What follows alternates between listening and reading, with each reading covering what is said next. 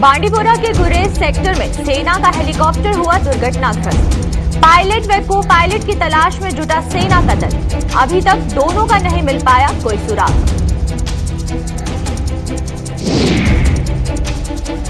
भाजपा के खिलाफ चुनाव लड़ने वालों की घायल हुई पीडीपी। महबूबा मुफ्ती ने कहा, डेडली कॉकटेल के खिलाफ इन दलों ने दिखाया दिलेरी। आतंकियों के खात्मे में मददगारों की धरपकड़ से भी हुई नाराज। बिजनौर में पुलिस को खुली चुनौती दे रहे चोर। अब सियोड़ा गांव के एक साथ 4 दुकानों में सेंधमारी। खाकी पर से उठने लगे लोगों का विश्वास।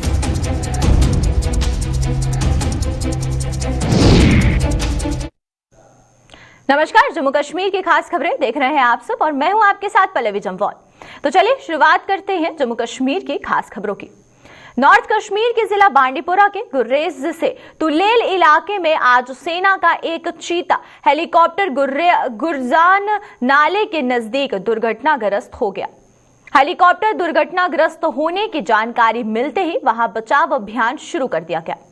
हेलीकॉप्टर के पायलट और को पायलट का अभी तक कोई सुराग नहीं मिल पाया है। सूत्रों के अनुसार हेलीकॉप्टर में सवार पायलट और को पायलट सुरक्षित बाहर निकल गए हैं, परंतु अभी तक आधिकारिक तौर पर इस संबंध में कोई जानकारी नहीं मिल पाई है। दुर्घटना के बाद से सेना के हेलीकॉप्टर से संपर्क टूट गया था। वहीं रक्षा मंत्रालय के अनुसार गुर्रेज सेक्टर के बरोम इलाके में भारतीय सेना का एक चीता हेलीकॉप्टर दुर्घटनाग्रस्त हो गया है। सुरक्षा बलों का दल हेलीकॉप्टर के पायलट व को पायलट के बचाव के लिए बर्फीले इलाकों में पहुंच रहे हैं। आपको बता दें कि यह हादसा नियंत्रण रेखा के नजदीक गुरेज सेक्टर में पेश आया और ऐसी आशंका जाहिर की जा रही है कि नियंत्रण रेखा के नजदीक जब सेना का यह हेलीकॉप्टर गश्त लगा रहा था, उसमें अचानक से तकनीकी खराबी आ गई। बर्फीला इलाका होने की वजह से इमरजेंसी लैंडिंग नहीं हो सकी। सेना का एक दल पायलट व को पायलट की तलाश में जुटा हुआ है।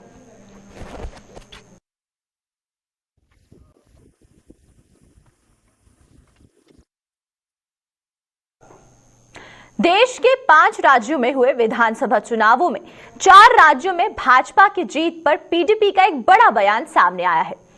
पीडीपी अध्यक्ष महबूबा मुफ्ती ने इन चुनावों में भाजपा के खिलाफ चुनाव लड़ने वाले सियासी दलों की पीठ थपथपाई है।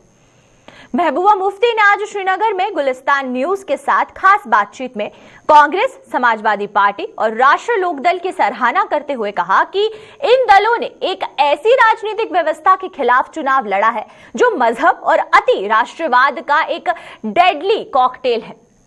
महबूबा ने भाजपा पर निशाना साधते हुए उस पर लोगों की गुर्बत पर सियासत करने और अलग अलग मजहबों को आपस में लड़ाने का आरोप लगाया। दूसरी ओर महबूबा मुफ्ती ने आतंकियों के खात्मे और आतंकियों की धरपकड़ से भी खुश नजर नहीं आ रही हैं। आइए देखते हैं कि इस बाबत उन्होंने क्या कुछ कहा है। इस वक्त जो मुकाबला है वो किसी आम पॉलिटिकल सिस्टम के साथ नहीं है। आप मुकाबला कर रहे हैं एक डेडली कॉकटेल बोलते हैं उसको अंग्रेजी में, जिसमें मजहब और हाइपर नेशनलिज्म और मुफ्त राशन, यानी लोगों को इतना गरीब बनाया है। इस मुल्क के लोगों को 80 करोड़ लोगों को इतना गरीब बनाया है कि वो 2 वक्त का खाना अपनी जेब से नहीं खा सकते।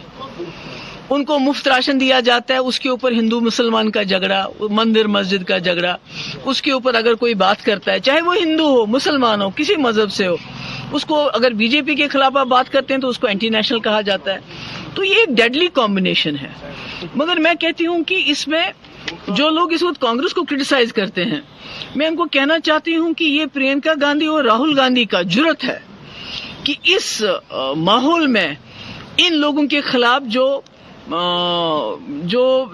एक बहुत ही बड़ा जो है आरएसएस है, बाकी पार्टीज हैं इनके साथ, और जो बड़ी खतरनाक मशीनरी, इनके पास पैसा है, इनके पास ताकत है, इनके पास मजहब को एक्सप्लॉइट करने का एक जज्बा है। जिस तरह मुकाबला किया राहुल गांधी जी ने, प्रियंका जी ने, और इसी तरह अखिलेश यादव ने, जयंत चौधरी ने, बहुत उन्होंने, मैं कहती हूँ कि ये तो बहुत खतरनाक मशीनरी है जिसके खिलाफ आप लड़ रहे हैं, और इसको नाकाम बनाने में टाइम लगेगा, मगर लोगों को लगे रहना चाहिए। खबर में सुनते हैं आज ही फलानी जगह से OGWs 3 पकड़े गए, मिलिटेंट का एसोसिएट पकड़ा गया, हाइब्रिड मिलिटेंट पकड़ा गया, व्हाइट कॉलर्ड मिलिटेंट पकड़ा गया। हमें मालूम नहीं ये क्या है, what is white collared militant, उसके बारे में आपके पास सबूत क्या है? यहाँ से ग्रेनेड गिरता है, यहाँ से कहते हैं हमने 2 लोग पकड़ लिए, किनको पकड़ा? क्योंकि हमें इनका ये कहाँ जाते हैं, इनके खिलाफ आपके पास क्या सबूत होते हैं, आप इनके लिए इनके साथ क्या करते हैं? क्योंकि उम्मूमन ये गरीब बच्चे होते हैं, गरीब घरों के बच्चे होते हैं, उनके पास इतना भी नहीं होता है कि वो इसको अदालत में फाइट करे, और अदालतों में भी बदकिस्मती से इतना लंबा हो जाता है कि गरीब की कमर टूट जाती है। अभी देखिए अरसलान का किस्सा। जम्मू के साथ सटे बिश्नहा इलाके में चोरियों का सिलसिला थमने का नाम नहीं ले रहा है। चोरों ने अब बिश्नहा के सियोड़ा गांव में एक साथ 4 दुकानों को निशाना बनाकर पुलिस को फिर से खुली चुनौती दी है। चोरों के लगातार बुलंद हो रहे हौसलों से लोगों में दहशत का माहौल बना हुआ है और पुलिस भी चोरों के सामने बेबस नजर आ रही है। लगातार हो रही चोरियों के मामले सुलझाने में पुलिस नाकाम साबित हो रही है, जिससे लोगों का अब खाकी पर से विश्वास उठ गया है।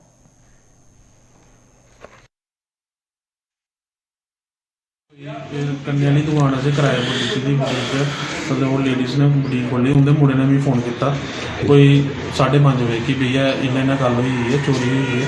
तो फिर मैं तो मेरे डैडी आए, जो मैं देखा कि साढ़े अद्धा शटर खुले का, अंदर लाइट बंद थी, बाहर वाली लाइट जगह रही, वो दिन भी रात जगती है। जो मैं खोलिया तो देखा कि मेरा गला गायब ही, वो 3000 रुपया, कोई 3.5-3 के करीब पैसे वो मतलब गायब हुई है। और इतने तेल लगे दा, तेल ही घ्यो ही लगे दा, देसी घ्यो, वो गायब हुई दा। उसके बाद पिछे मेरी एक LED पेदी ही पैकिंग में 39 इंच की मर्फी कंपनी की, वो मतलब गायब हुई थी। तो उसके बाद जोड़े ताले लभे सानू, ताले एक घर है साढ़े सामने, उनके गेटा पर लगे दा, तो एक पिछले गेट पर लगे दा, पिछे घर है, दोनों गेटों पर लगे दा।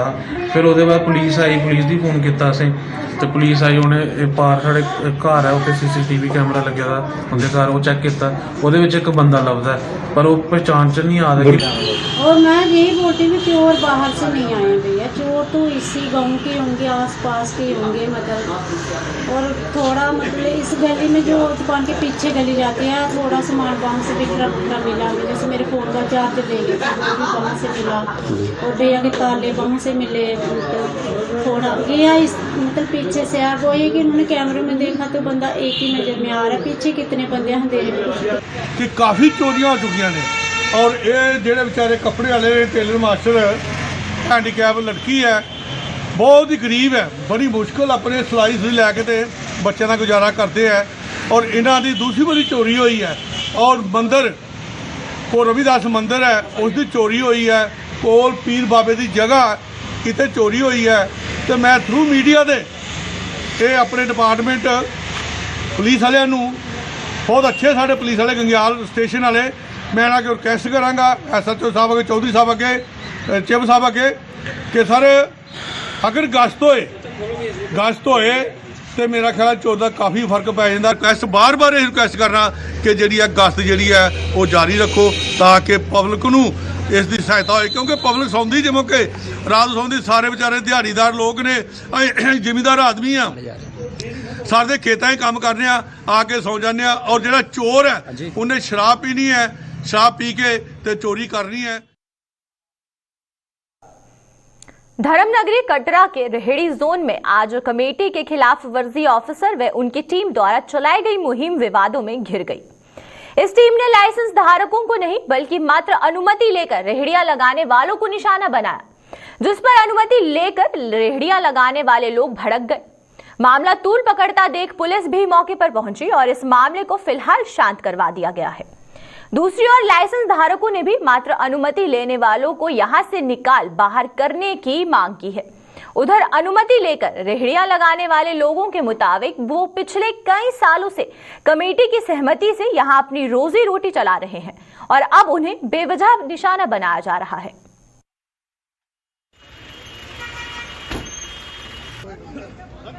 और मुझे 30-35 साल हो गए यहाँ पे रेडी चलते हुए, वो भी मेरी परमिशन ही है, मेरा लाइसेंस नहीं है। मैं कोई पाकिस्तान से उठ के नहीं आया हूँ, मैं भी यहाँ का रहने वाला हूँ, मेरा बाप यहाँ का, मैं यहाँ का, सब हम यहाँ पे रहने वाले हैं। और मेरे बच्चे अपने में भूखे मारूं? हम परमिशन वाले कहाँ जाएं बताओ? जिनको लाइसेंस की जरूरत है उनको लाइसेंस दो, जिनको जरूरत नहीं है लाइसेंस वालों के होटल चल रहे हैं, दुकानें चल रही हैं, सब चल रही हैं, रेहड़ियाँ किराए पे दी हुई हैं, ठीक है, उनके लाइसेंस कैंसिल करके हमें गरीब आदमियों को दो ना। मतलब आपका कहना मतलब कि म्युनिसिपल कमेटी है जो मुलाजिम उन्होंने रेडी लगाई है? उनकी रेडियाँ नहीं मैं बोल रहा हूँ, जो लाइसेंस वाले हैं इनके होटल चल रहे हैं, किराए पे रेडियाँ दी हुई हैं, दुकानें इनकी चल रही हैं, और हम गरीब आदमी, हमें परमिशन है, परमिशन वाली रेडी नहीं लगने दे रहे। क्यों नहीं लगने दे रहे हैं? ये जो जगह है गवर्नमेंट की है, ये जगह जहाँ इन्होंने गर्दौरी लगा ली है इधर कि इनकी जगह बन गई है, जो मंडों का इनका। क्यों कि हमारी इसलिए ठेली उठवा रहे हैं कि आगे 30 स्टूल लगाएंगे। आगे स्टूल क्यों लगाएंगे? उनके बैठने के लिए। तब नहीं इनको दिखेगा कमेटी वालों को हमारी परमिशन नहीं लगी है, बहुत दिख रही है। हम कहाँ पीछे फेंक दी है। 3 साल हुए मेरा कोई ना कोई रेडी लाता है ना कोई, मेरा आदमी नहीं है सिर पे। मैंने अभी लड़की की शादी की, कर्जा देना मैं सब बाजार वालों का, मेरे से मांगने आते हैं, मेरे पास खाने के लिए पैसे नहीं, मैं कर्जा कहाँ से मुकाऊं? रामा जिया की सभी परमिशन वालियाँ लगाई हुई है इन्होंने। ये किसने परमिशन दी है? दफ्तर वालों ने। ये परमिशन ऐसे डुप्लीकेट लाइसेंस वाली रेडियो चेक करें, परमिशन वाली सारी बाहर निकालन। म्यूनसिपालिटी के कुछ खराबर्जी के साथ काम करते हैं, उनकी खुद की रेडी लगी हुई है, कोई बीबी के नाम पे लगा रखी है, किसी ने किसी के नाम पे लगा रही। 27 रेडियो से महीना गिराया जाता है, 800 रुपए रोज का लिया जाता है। आज 58 लाइसेंस होल्डर हैं, सारे अंदर ठोके हुए हैं, उनको गाली निकाल दिया। लेडीज विधवा 3 साल रेवन्यू बढ़ा हुआ है। अब क्या चाहते हैं? क्या चाहते हैं आप? जो बिना लाइसेंस के हैं उनको बाहर निकालो जोन में से। कल उधमपुर कांड हो गया, बम फट गया उधमपुर में, कल को जहाँ कोई बम फट जाए तो कौन जिम्मेवार है? लाइसेंस वाले जिम्मेवार होंगे, जिनका कोई माई बाप नहीं है। मतलब आपका इनको पूछो कहाँ से आए हैं जी? आपका कहना मतलब कि म्युनिसिपल कमेटी वाले की मिली वक्त से होता है। कल को जहाँ बम फट जाए कौन जिम्मेवार है? इसका नहीं लाइसेंस है, नहीं कुछ है, कल को बम फट जाएगा तो कौन जीजिए? तो घर चले जाएंगे। मांगे पूरी ना होने से गुस्साए जम्मू नगर निगम के सफाई कर्मचारियों ने एक बार फिर अपने आंदोलन को और गति देने का ऐलान किया है।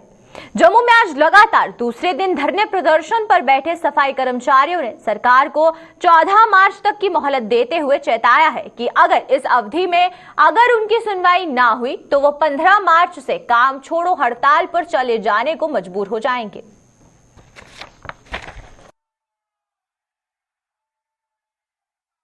को फिर हमारा प्रोटेस्ट होगा और 15 तारीख को म्युनिसिपल कॉर्पोरेशन का एक जो मुलाजम है वो सड़कों पर उतरेगा, क्योंकि हमारी जो डिमांडें हैं, मैं मीडिया के माध्यम से अपनी डिमांडें बताना चाहता हूं।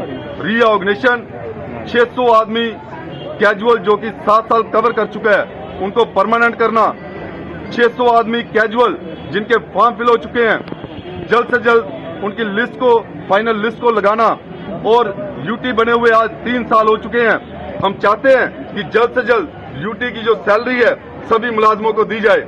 अगर हमारी डिमांडें पूरी नहीं होती हैं तो मैं मीडिया के माध्यम से ये कहना चाहता हूं कि शहर में गंदगी की वजह से कोई बीमारी फैलती है तो उसके जिम्मेवार जो होंगी वो गवर्नमेंट होगी।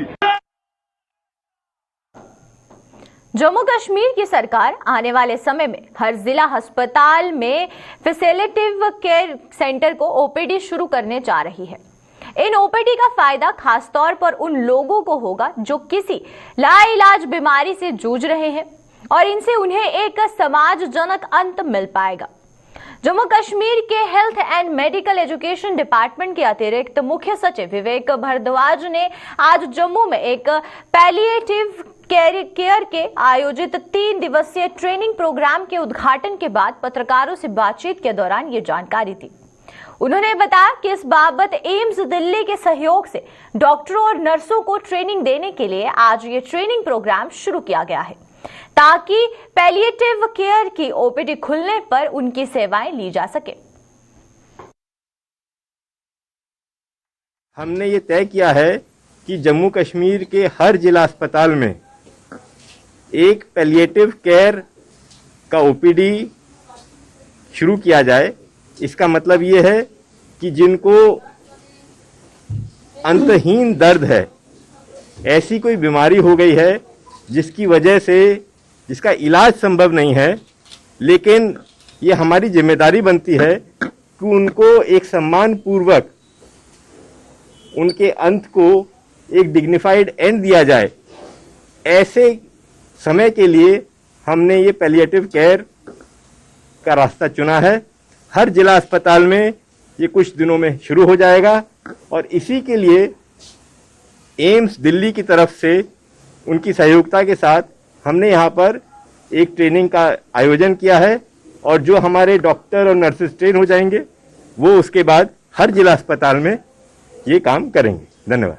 मैं ये पहली ट्रेनिंग अपने में ऐसी एक पहली ट्रेनिंग है, मेरे ख्याल में शायद ये पहली ट्रेनिंग हिंदुस्तान में भी ऐसी ट्रेनिंग होगी जहां पे एक ही बार में सारे डिस्ट्रिक्ट हॉस्पिटल्स में एक डिवीजन के जम्मू डिवीजन के 10 डिस्ट्रिक्ट हॉस्पिटल्स को हम कवर करने जा रहे हैं पैलिएटिव केयर में। तो पैलिएटिव केयर क्या है? बेसिकली पैलिएटिव केयर एक सपोर्टिव केयर है। सपोर्टिव टर्मिनली इल पेशेंट्स के लिए वो केयर है जहां पे हम लोग आमतौर पे कहते हैं पेशेंट के लिए कि आप इसको घर ले जाइए, अब हम कुछ भी नहीं कर सकते हैं। और हम देखते हैं कि जो उसके परिजन होते हैं वो यूजुअली लाचार होते हैं कि लास्ट में इसको पेन नहीं जा रही है, इसकी सो एंड सो प्रॉब्लम है, हम कैसे मैनेज करें घर में।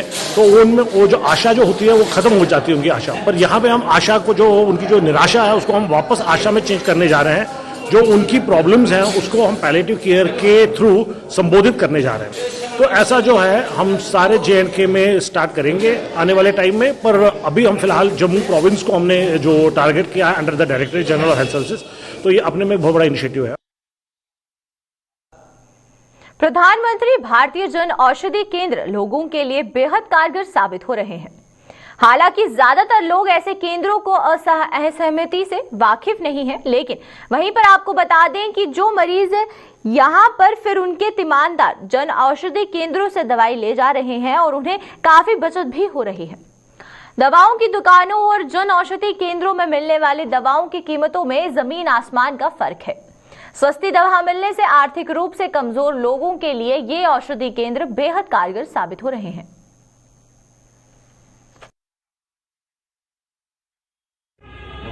490 रुपए की ली है 5 पत्ते। कौन सी दवाई है? Udiliv. किस लिए आती है? लीवर के लिए। तो अगर दूसरी वो 500 तो 60 रुपए का एक पत्ता मिलता है, 560-70 रुपए का। अब तो काफ़ी देर से मैं यहीं से ले रहा हूँ। तो बेनिफिट है? हाँ बेनिफिट है, पूरा है। जितना दूसरी दवाई का है उतना इसका लाभ। कम आते अब हम क्या बोल सकते हैं, हमको तो अपने से है ना, ठीक है नहीं। कई लोग विश्वास नहीं करते हैं जी ये दवाई थोड़ी ऐसी होगी, लेकिन हमको तो ये सही लगती है। हम गैस वाली भी इन्हीं से लेते हैं, दूसरी भी इन्हीं से लेते हैं। अब इनकी कुछ दवाइयाँ नहीं आती, जैसे मैसाकल खा रहे हैं आजकल, वो नहीं आ रही है इनकी। हम लोगों को यही मैसेज देते हैं इनकी दवाइयाँ खाएं, यहाँ से 4 पैसे भी बच जाएंगे और दवाई भी अच्छी है इनकी। दूसरी दवाई का कोई पता नहीं कैसी है कैसी नहीं है। देखो प्रिंट होता है कुछ, लेते कुछ हैं वो। कहीं ऐसी दवाइयाँ 10-20 रुपये प्रिंट होता है, पर प्रिंट होता है 75-75 रुपये आती है, उनको 10-20 की हैं, वो पूरा 75 रुपये ले लेते हैं वो। मैंने देखा है जो आदमी एक बार 15 रुपए या 20 रुपए वाला पत्ता लेकर जाता है, तो दूसरी बार जब आता है तो कहता है एक पत्ता नहीं 10 पत्ते दो, 6 पत्ते दो, 5 पत्ते दो। इससे सामने प्रमाणित होता है कि ये दवाई इफेक्टिव है और सबको राहत। और यहाँ कहा जाता है कि गरीबों के लिए बनाई तो है, लेकिन मैंने देखा है कि कुछ रिटायर्ड लोग, बड़े अमीर लोग भी यहाँ से दवाई खरीदते हैं। भरोसा है इस दवाई पर जो प्रधानमंत्री द्वारा ये स्कीम लागू की गई है, इसका फायदा सभी लोग ले रहे हैं। अब आप ये कहेंगे कि यहाँ भीड़ होगी या कम होती है कुछ भी, तो वो हाँ अब दूसरी दुकानों में तो 2-3-4 हज़ार के करीब प्रोडक्ट होते हैं, यहाँ अभी मात्र 300-400 के करीब प्रोडक्ट हैं। प्रोडक्ट बनने में आए तो प्रधानमंत्री द्वारा कोई 800 या 1200 के करीब बनाए गए हैं, जिसमें डर्माटोलॉजी, स्किन की भी है, ENT की भी है और दूसरे नेफ्रोलॉजी की भी होंगी, न्यूरो सर्जरी की भी। लेकिन यहाँ वो दवाई की प्रिस्क्रिप्शन नहीं आती, क्योंकि अभी अगर मान लो हम रख भी लें तो बड़ी बड़ी एक्सपायर हो जाएंगी। इसलिए यहाँ जितनी भी दवाई हैं, या डायबिटीज़ की, हाइपरटेंशन की, मल्टीविटामिन की, दर्द की, गैस की, सभी दवाइयों की यहाँ सेल है, बिकती है, कस्टमर अवेयर है, कस्टमर खुद आता है, लेता है। 10 पत्ते दवाई ली है तो 280 रुपये की आई है। यही दवाई हम बाजार से लेते तो यही दवाई हमको ज़्यादा नहीं तो 600-700 रुपये की मिलनी थी ना। महीने के ले जाते हैं, बार बार आना नहीं पड़ता, जबकि खा रहे हैं तो शुगर कंट्रोल में है।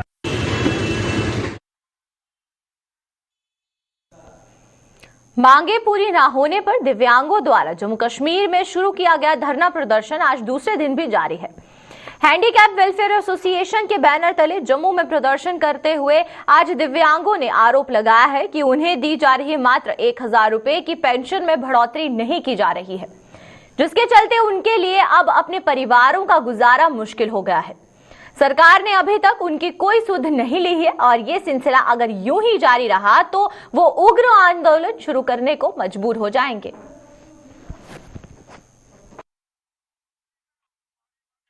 से बैठे हुए हैं। कल से हमारी मांग यही है कि पेंशन जो है सबसे बड़ा मुद्दा है, और भी काफी मुद्दे हैं, लेकिन पेंशन जो है ओनली फॉर 1000 रुपया मिल रहा है। हालांकि बाकी सरकारें जो हैं अब तो यूटी बना दिया गया, बाकी सरकारों में किसी में 3000 है, किसी में 5000 है। हमारे JNK में ही यूटी बनाकर भी अब 1-1000 मिल रहा है, उस 1000 में कोई गुजारा नहीं हो रहा है। अब खुद दे सकते हो कि चीनी का किलो 150 रुपए का है, बंदा क्या करेगा जिसका परिवार होगा और सिर्फ पेंशन पे गुजार। सरकार से यही मांग है कि पेंशन बढ़ाई जाए और कम से कम हमारी पेंशन 5 से 10 हजार की जाए। मुख्य डिमांड इस समय जो पेंशन की चल रही है, वैसे तो हमारी बहुत सी डिमांड है, जो मेन इस समय जो हमें मेन मांग रहे हैं वो पेंशन ही मांग रहे हैं। जो हमें कुछ ऐसे वर्क दिए जाएं जो जिससे हमारा घर का गुजारा हो सके। हमें तो सरकार पीछे फरवरी महीने से लॉलीपॉप दे रही है। पीछे फरवरी महीने में अगस्त टाइम में यहीं भी बैठा था, तभी हमने अप्रोच लेनी भी की थी, पर तभी ऐसे ही गोलमोल ही काम रहा।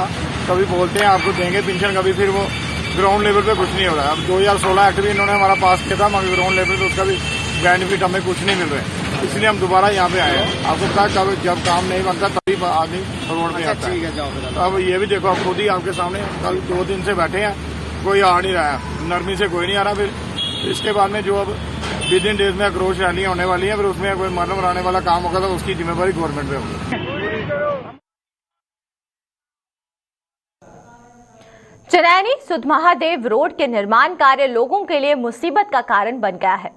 स्थानीय लोगों के मुताबिक रोड के निर्माण कार्य में जुटी कंपनी द्वारा जमीन की कटाई करने के से बड़े पैमाने पर जमीन खिसक रही है, जिससे उनकी उपजाऊ जमीनों और मकानों पर खतरा मंडरा रहा है। इन लोगों के मुताबिक उनके मकान गिरने वाले हैं, लेकिन कोई भी उनकी ओर ध्यान नहीं दे रहा है। पीड़ितों का आरोप है कि इस खतरे के बारे में निर्माण एजेंसी के साथ साथ प्रशासन को भी अवगत करवा चुके हैं, लेकिन किसी के कानों पर जूं तक नहीं रेंगी है। स्थानीय लोगों का कहना है कि उनका अब यहां रहना खतरे से खाली नहीं है। इन लोगों ने उपराज्यपाल प्रशासन से अपील की है कि उन्हें हुए नुकसान का उचित मुआवजा देकर यहां से दूसरी सुरक्षित जगह शिफ्ट किया जाए। काम लगा हुआ है तो ये सारा उसकी वजह से हो रहा है। जब वो पहले हमारी टीम SDM की और तहसीलदार की जो पहले टीम आई थी तब इतनी परेशानी नहीं थी यहाँ पे, तो अब आप देख रहे हो यहाँ पे पीछे तो ये कितनी परेशानी हो गई है। ये सारा नीचे जहाँ से बच्चे खेलते हैं आगे या वो किया, तो ये तब इतना वो नहीं था, तो उनको लग रहा होगा कि ये कोई नॉर्मल बात है। अब आके यहाँ पे देखे तो ये क्या देखेंगे, इनका घर की इतनी वो ऊपर से कब ये नीचे गिर जाए कोई पता नहीं। और जब SDM साहब हमारे यहाँ आए थे मौके पे, तो उस टाइम इतनी ये हालात नहीं था हमारा जितना इस टाइम है, और उस टाइम में अंतर बहुत और आज के दिन में बहुत अंतर है। मेरा यही अपील है LG साहब से कि भाई कि आप हमें यहाँ से शिफ्ट कर लो। दिन को तो चलो हम रहेंगे, मगर रात को रहना हमारे लिए वहाँ पे मुश्किल हो चुका है, और हमारे छोटे छोटे बच्चे हैं, कैसे रहें और क्या करें। जैसे कि अगर मौसम मतलब आज मैं कह रहा हूँ कि अगर नाइट में हम सोते भी हैं यहाँ पे, हमारे जो दरवाजे हैं खिड़कियाँ हैं वो बंद नहीं हो रही है। कुंडी लगाएं पीछे से, कुंडी तक नहीं लग रही है कि दरवाजे जो जगह मकान जो है पूरा बैठ के नीचे दरवाजे नहीं लग रहे हैं। और एडमिनिस्ट्रेशन हमारी सोई है, कोई बात नहीं, हम आपकी फाइल हमने ऊपर भेज दी है, मगर करते कुछ भी नहीं है। ये मैं इनको मैं बोल रहा हूँ कि मैं 2 दिन का टाइम देता हूँ, अगर करते हैं तो ठीक है, नहीं तो हमें कल के लिए हमें रोड में आना पड़ेगा। फिर वो देख लें या हमें देख लें या जो मर्जी करना होगा वो करें। तो देख सकते हैं ये कितनी खस्ता हालत है SRM कंपनी की। ऊपर इनके ऊपर NHI DCL बैठी हुई है, लेकिन सब कुछ होने के बावजूद, लेकिन ये देखिए गरीब लोगों का क्या हालत है। ज़मीन total agriculture land total damage. SDM मौके पे विजिट करता है, बोलता है ज़मीन एग्रीकल्चर लैंड तो डैमेज है, बट मकान जो है माइनर डैमेज है। मैं SDM साहब से पूछना चाहता हूँ कि एक रात इधर रह के दिखाए। अगर SDM साहब एक नाइट यहाँ रह सकते हैं, फिर हमें बताएं कि हम किस हालत में रह रहे हैं। बोलेगा मैंने NHI को मैं मेल कर दिया, NHI वाले बोलेंगे DA उनको, रेवेन्यू को बोल दिया, कोई पूछने वाला नहीं, कोई सुनने वाला नहीं। टोटली करप्ट है पूरे। अगर करप्ट नहीं होते तो देख लो टोटल एग्रीकल्चर लैंड चलेगी। यहाँ पे खेती बाड़ी होती थी, सब्जियाँ लगती थी, पानी भी चलता था। आज देखो इस ज़मीन में कोई सब्जी नहीं लग सकती है, यहाँ पे कोई रह नहीं सकता। मैं DC मैडम से अपील करूँगा कि खुद आके तो चलिए अब तक ये जम्मू कश्मीर की खास खबरों में फिलहाल इतना ही। मुझे दीजिए इजाजत, नमस्कार।